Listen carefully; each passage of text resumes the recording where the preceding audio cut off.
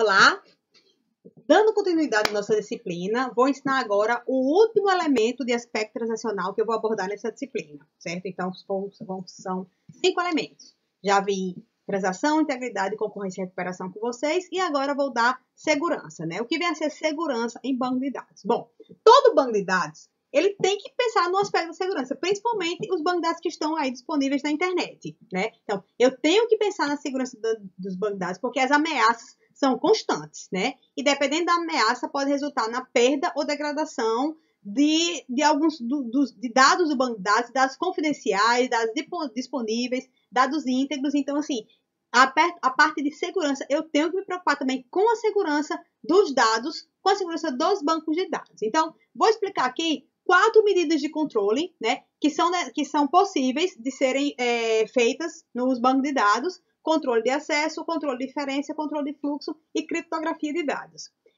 Um dos problemas mais comuns de segurança é o quê? São pessoas não autorizadas a acessarem o sistema, né? Por exemplo, você tem uma conta no banco, só você que deve acessar a sua conta no banco, com sua senha, com sua impressão digital. Não deve ser possível, não é para ser possível qualquer outra pessoa acessar a sua conta no banco. A conta do banco, ela é sua, né? Ela é pessoal, é intransferível. Então, assim, todo banco de dados, principalmente se mexer com dinheiro, então, deve garantir segurança para os usuários, né? Então, vamos ver aqui quais são as medidas de controle em banco de dados. Então, o primeiro tipo de controle de acesso, né? Esse é o mais claro, que é o que a gente mais vê no dia a dia. É aquele controle que sempre tem que estar um login e uma senha, e dependendo do login e acesso, qual é o seu nível de acesso, você vai ter um controle a mais ou controle a menos do banco. Por exemplo, SIGA aqui da universidade. O SIGA, eu como professora, logicamente, tenho um maior nível de acesso do que vocês como aluno, e o meu chefe, acima de mim, ele tem mais níveis de acesso do que eu como professora. Então, geralmente tem uma hierarquia, né? Tem o gerente, tem o DBA, aquele cara que está no topo da pirâmide, e vem descendo a hierarquia para poder ver quais são os níveis de acesso. Logicamente, um reitor tem mais nível de acesso do que um chefe, que tem mais nível de acesso do que eu como professora, e que tem mais nível de acesso que você como aluno, né? Então, níveis de acesso são importantíssimos. Dependendo do nível de acesso, é possível fazer uma operação ou não. Por exemplo, você, aluno, você pode acessar a sua nota, suas faltas, o material que eu disponibilizo, mas você não pode alterar a sua nota. Lógico, nível de acesso. Quem pode alterar sou eu, o meu chefe também pode alterar, tá? Então, controle de acesso é importantíssimo. Primeiramente, login e senha para ver se é um usuário cadastrado, né? Se não for, não é nem para entrar no sistema, né? E depois que entra no sistema, qual é o nível de acesso daquela pessoa que acabou de entrar no sistema? Qual vai ser o nível de acesso? É pouco, médio, é muito, né? Então, funciona mais ou menos assim, ó. Tem o pedido de acesso, né? A pessoa pediu, quando você entra no SIGA, por exemplo. Existem alguns procedimentos de controle, né? Quais são as regras de acesso que esse aluno, essa pessoa está tentando entrar no sistema, né? Com polícia de segurança, regra de acesso. E aí, quando você pediu para entrar, esse acesso vai ser negado, permitido, ou pode ser que tenha uma modificação, se assim for necessário, né? Então, controle de acesso é o mais simples e é o que a gente mais vê nos bancos de dados, né? Além do que eu falei, existem os níveis de acesso, que um professor tem que ter mais nível de acesso do que aluno, óbvio, tá bom?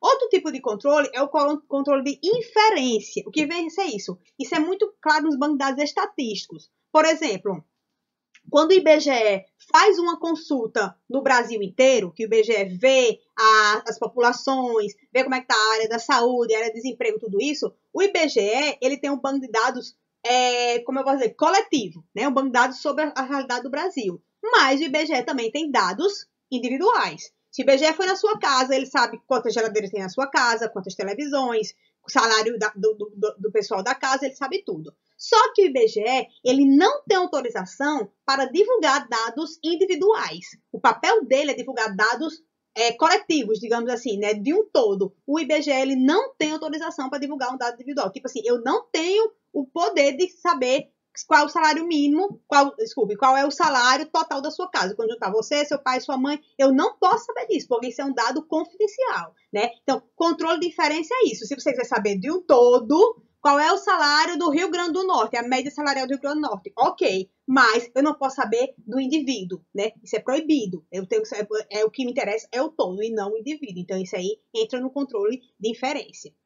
Outro tipo de controle é o controle de fluxo. Esse é bem interessante. Suponhamos que você, né, tá no... eu vou dar um exemplo bem claro. Suponhamos que você, seu banco sabe do seu salário, né? Cartão de crédito também termina sabendo do seu salário, porque estão em constante negociação com o banco, então o cartão de crédito que você tiver aí na sua bolsa sabe o seu salário, tá? Então isso aí é um momento seu, banco e cartão sabem tudo. Mas, por exemplo, suponhamos que eu queira saber o salário do meu vizinho, quer saber o salário do meu vizinho, quanto é que ele ganha, não é? Então, assim, eu posso pedir, eu posso ir ao banco. Banco, eu quero saber o salário do meu vizinho, quanto é que meu vizinho ganha. O banco, ele não tem autorização para falar salário de outra pessoa para ninguém, né? O banco, ele não tem autorização. E aí eu posso achar, sim, o banco não quer me dizer, mas o cartão de crédito sabe também o salário do meu vizinho, pode me dizer. Então eu desisto do banco e recorro ao cartão de crédito. Cartão de crédito, qual o salário do meu vizinho? E o cartão de crédito também vai dizer que não pode dizer, não pode dizer. Então o controle de fluxo é isso. Se eu tenho um ambiente em que o banco de dados está muito protegido, e alguns dados são repassados, porque você sabe que o mundo é globalizado, está todo mundo interligado mesmo. Então, alguns dados são repassados para outra gerência, digamos assim. Essa nova gerência também tem que garantir confidencialidade, sigilo, tá? Então, o controle de fluxo, né? Eu tenho que, onde meu dado trafegar, o fluxo que ele seguir, ele tem que estar protegido em todos esses fluxos, né? Vem a ser isso. Por mais que o dado da gente pode ser, confia em mim, então, os nossos dados estão espalhados aí, Brasil e mundo afora, mas todo mundo que tem nosso dado, ele tem que nos garantir a confidencialidade, tá? Se eu tenho uma doença muito séria, e se meu plano de saúde sabe, o hospital sabe, a clínica que eu faço fisioterapia sabe, ninguém é para estar espalhando sobre a minha doença muito séria. Isso é um dado meu, por exemplo. Então, isso é o controle de fluxo. A informação, mesmo que seja dividida entre as corporações, ela não pode ser divulgada se não for permitido, tá? Então, isso é o controle de fluxo.